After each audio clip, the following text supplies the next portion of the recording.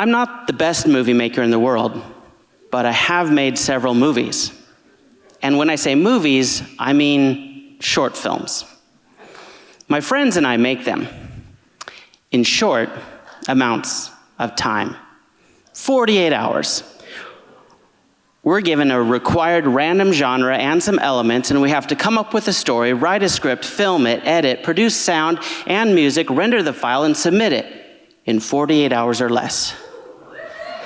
It might sound impossible, and sometimes during the project it definitely feels impossible. I even cried one time, but luckily not many people saw it, so now I'm just telling all of you about it. Not everyone succeeds. Sometimes there's problems with casting or locations or technical difficulties with your equipment, editing or rendering. But I've done this 20 times. Thank you. In 2011, it was the first time as producer of a large team. And tonight I'm going to tell you how we did it. So there are a few things you can do in advance, like build a really good team, which is important, gather equipment, and scout your locations. I also like to create a draft schedule, say 2 hours for brainstorming, 4 hours for writing a script, 5 hours for sleeping, then wake up bright and early and set up at location, be ready to film. But after a couple of hours of brainstorming, we went a couple more hours. And after writing script for a few hours, I decided I'll just not sleep tonight. It'll be okay. Besides, my sleep deprivation is not so much a problem for me as it will be for everyone else. But the story is the most important thing. And the story, you may know, needs a beginning, a middle, and an end with an arc. And our assigned genre was horror, which I wanted to avoid. But we had a large cast, so I said, let's just kill a lot of people. And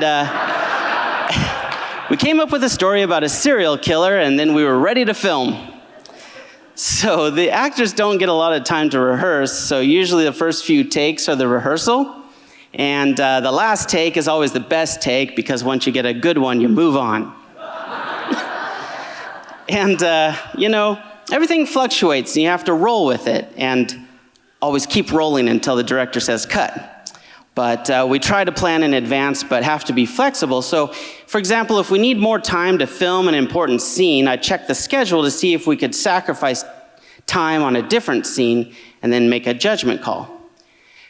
And we filmed for 20 hours, which was too long. Our sound artist was there standing with a boom mic most of that time, and at 4 a.m. when we wrapped, he had to take a quick nap and then go edit the sound. It's a laborious process of listening to all the recordings and cleaning up dialogue and adding sound effects throughout the movie, but sound is really important because an audience is forgiving of bad picture quality, but bad sound will take the audience out of the movie and distract from your picture and story. But we had a good team, so the sound artist, the music producer, and the editor all did a great job with the time we had left them. They really came through big time. So we did it. We came up with a story, wrote a script, filmed it, edited, rendered, was all that we had to do, and then turn it in. After that, we went to a screening at the SIF Uptown Cinema in Seattle. And we got to watch our film with all the films that the other teams had made that weekend.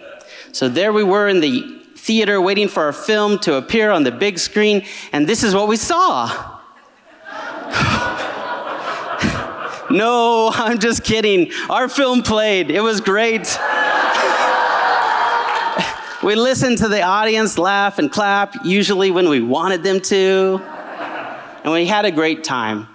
We won awards for Best Cinematography, Best Directing, and Best Editing, and our film played later that year at the Bumper Shoot Festival. Thank you. And working on these projects were some of the best times of my life with my friends, and I hope tonight some of you heard this story tonight and you thought, that sounds like fun, I want to do it. Because I think you should. It's not impossible. Thank you.